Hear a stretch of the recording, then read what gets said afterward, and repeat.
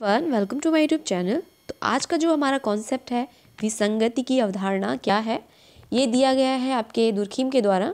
हम पीजीटी का प्रिपरेशन कर रहे हैं और हमारी जो सीरीज़ है कंटिन्यू आ रही है। तो हमने कवर कर लिए हैं अभी तक फर्स्ट यूनिट और सेकेंड यूनिट के जो हमारे थिंकर हैं दुर्खिम, इनको भी कवर कर लिया। ये लास्ट वीडियो है इनकी, बाकी कॉन्सेप्ट की इनकी वीडियोस, इनकी बायोग्राफी, बुक्स वगैरह सभी कुछ हमने कवर कर लिया है। और आपका दुर्खिम का है और आपके स्पेंसर जी जो हैं उनकी भी बायोग्राफी, उनकी बुक्स, थ्योरी वगैरह सभी कवर कर लिया। और आल्बर्ट स्पेंसर, और इसके साथ ही हमने कवर किया है अगस्ट कॉम्ट को, उनकी बायोग्राफी और उनके जो भी कॉन्सेप्ट उन्होंने दिए थे लॉ ऑफ 3 स्टेज का, वो भी कवर किया है। तो अभी तक आपने नहीं देखा है तो ज़रूर विज़िट करिएगा चैनल पे। प्लेलिस्ट बनी हुई है, सीक्वेंस से मैंने वीडियो अपलोड कर रही हूँ, अपलोड हो रखी हैं और सीक्वेंस से पड़ी हुई हैं वीडियो, तो आप देख सकते हो। ठीक है, तो डिस्क्रिप्शन में उसका लिंक दे दूँगी, तो डायरेक्ट आप विज़िट कर लीजिएगा प्लेलिस्ट को और जो भी देखना है आपको उसमें देख सकते हैं। ठीक है, कॉन्सेप्ट सभी के मैंने सीक्वेंस से लेके चली आ रही हूँ कि जितने भी कॉन्सेप्ट इन्होंने दिए हैं जो इम्पॉर्टेंट है वो सभी को हम कवर कर रहे हैं। ठीक है, तो ये लास्ट कॉन्सेप्ट है आपके पीजीटी में, जो आपके थिंकर हैं दुर्खिम का एनोमी। बाकी जो इनके कॉन्सेप्ट हैं वो हमने कवर कर लिए हैं। ठीक है, और नहीं देखे हैं तो ज़रूर विजिट करिए। और पीजीटी की प्रिपरेशन कर रहे हैं सोशियोलॉजी सब्जेक्ट से, तो हमारे चैनल से जुड़ के प्रिपरेशन कर सकते हैं। ठीक है, तो चलिए स्टार्ट करते हैं। विसंगति की अवधारणा क्या है? तो ये जो दी गई है अवधारणा आपके दुर्खिम के द्वारा दी गई है। और ये जो इन्होंने विसंगति बताई है, इन्होंने एक बुक लिखी थी the division of labour in society. तो इसमें इन्होंने ये जो लिखी है 1893 में, इसमें इन्होंने विसंगति की अवधारणा के बारे में बताया है। उन्होंने कहा कि जिस डिवीज़न जो श्रम का विभाजन होता है उसमें सामान्य और राजकीय परिणामों का उल्लेख है। उन्होंने कहा जो डिवीज़न ऑफ लेबर हुआ है, इन्होंने डिवीज़न ऑफ लेबर की बुक लिखी थी, तो इसमें इन्होंने डिवीज़न के बारे में बताया है, लेबर का किस तरीके से विभाजन किया गया है, तो उसको भी बताया। साथ में इन्होंने ये बताया कि जो विभाजन होता है इसमें व्यक्ति के अंदर जो विसंगति की अवधारणा, विसंगति की जो भाव उत्पन्न होता है वो किस तरीके से होता है। ये कहना चाहते हैं कि जैसा कि आप सभी को पता है कि दुर्खिम जो हैं उन्होंने तथ्यों की बात की है, समाज को इम्पोर्टेंस देते हैं। तो जब वो समाज को इम्पोर्टेंस देते हैं तो व्यक्ति को दरकिनार कर देते हैं और कहते हैं कि जो भी व्यक्ति ज़रूरत चाहता है, जो भी उसकी चीज़ें नीड होती हैं, सोसाइटी ही पूरी करता है।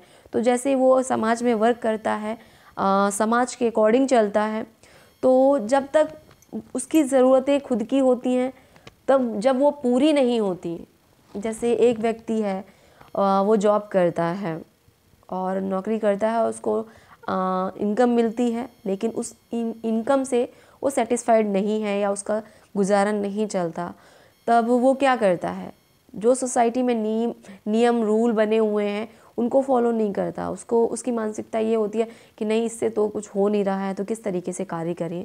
तो फिर वो और ऐसी चीज़ों को करने लगता है जो अवैध हैं। ठीक है, इसको जो दुर्खिम जी हैं इनोमी के रूप में प्रस्तुत करते हैं। तो देखते हैं हम आगे का कॉन्सेप्ट। श्रम विभाजन के सामान्य और राजकीय परिणामों का उल्लेख इन्होंने इस विसंगति की अवधारणा के माध्यम से किया है। विसंगति का इन्होंने जो बताया है, कहा कि समाज के ही कारण व्यक्ति के अंदर विसंगति उत्पन्न होती है, क्योंकि समाज को ही इन्होंने इम्पोर्टेंस दिया, तथ्यों को माना कि व्यक्ति तो यहाँ पे सिर्फ है, लेकिन जो भी चीज़ें उसके अंदर डाली जाती हैं, मानसिक स्थिति, जो चीज़ें उसे करवाई जाती है वो सोसाइटी ही करवाती है। तो इसी आधार पे उन्होंने कहा कि विसंगति की जो भावना उसके अंदर उत्पन्न होती है वो समाज ही करवाता है। आगे देखते हैं। वो कहते हैं कि जो भी चीज़ें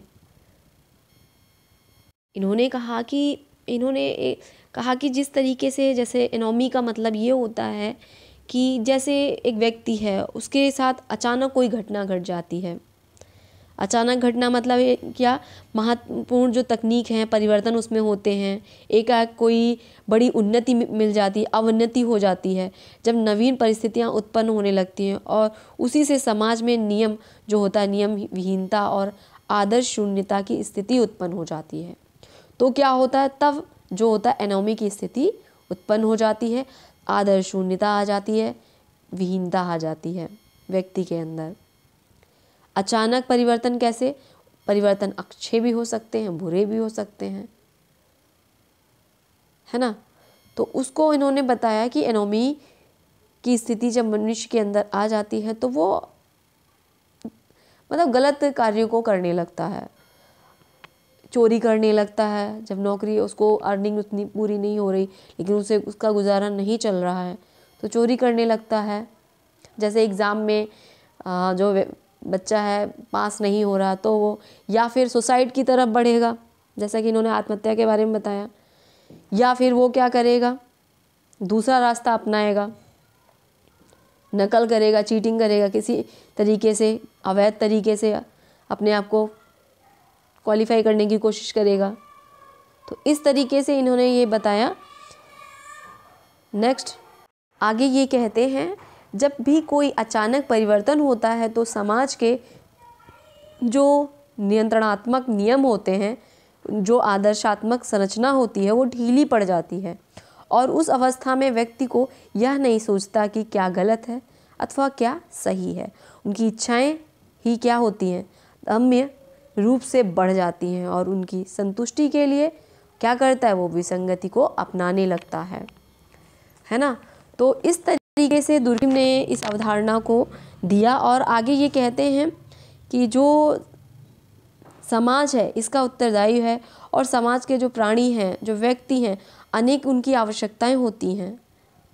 तो उन आवश्यकताओं को जब पूरा नहीं कर पाता है समाज, तभी इस स्थिति को उत्पन्न हो जाता है, जिसके कारण व्यक्ति के अंदर बस जो नियम और रूल समाज के, सोसाइटी के जो बने होते हैं उसमें वो निराश होने लगता है, उसे असंतोष होने लगता है। तो उन सबको वो अवैध मानकर वो चीज़ करता है जो उसके लिए सही है, जो सोसाइटी के लिए अवैध है, फिर उसके लिए वो क्या लगती है कि नहीं, अब मुझे अपनी संतुष्टि करनी है, जो मुझे चाहिए बस अब वो चाहिए। तो इस तरीके के भाव उत्पन्न होते हैं। इसी को जो दुर्कheim है विसंगति की अवधारणा के रूप में प्रस्तुत करते हैं, बताते हैं कि जो समाज है यही सर्वोपरि है और इसके आधार पर जो तथ्य बनते हैं, जो लोग तथ्य समाज में नियम बने होते हैं, वो व्यक्ति नहीं फॉलो करता है जब उसकी आवश्यकताएं पूरी नहीं होती हैं और फिर वो विसंगति को अपनाता है। तो ये था हमारा आज का कॉन्सेप्ट, विसंगति की अवधारणा, द कॉन्सेप्ट ऑफ एनोमी। इसे एनोमी को इन्होंने एलाइनेशन के शब्द के रूप में भी प्रयोग किया है। एलिनेशन जो शब्द है उसको प्रयोग किया है आपके दुर्कheim जी ने। ठीक है, तो चलिए नेक्स्ट वीडियो में फिर मिलते हैं। अगला जो हमारे थिंकर हैं वो आपके हैं मैक्स वेबर, उनकी बायोग्राफी कवर करेंगे। उसके बाद 1 बाय 1 उनके जो कॉन्सेप्ट हैं उसको समझेंगे जिस तरीके से दुर्कheim के समझे। तो आई होप आपको वीडियो अच्छी लगी होगी। ये वीडियो अच्छी लगी हो तो फीडबैक ज़रूर दीजिएगा और लाइक ज़रूर करिएगा, चैनल को सब्सक्राइब कर लें। नेक्स्ट वीडियो में फिर मिलते हैं। Thanks for watch.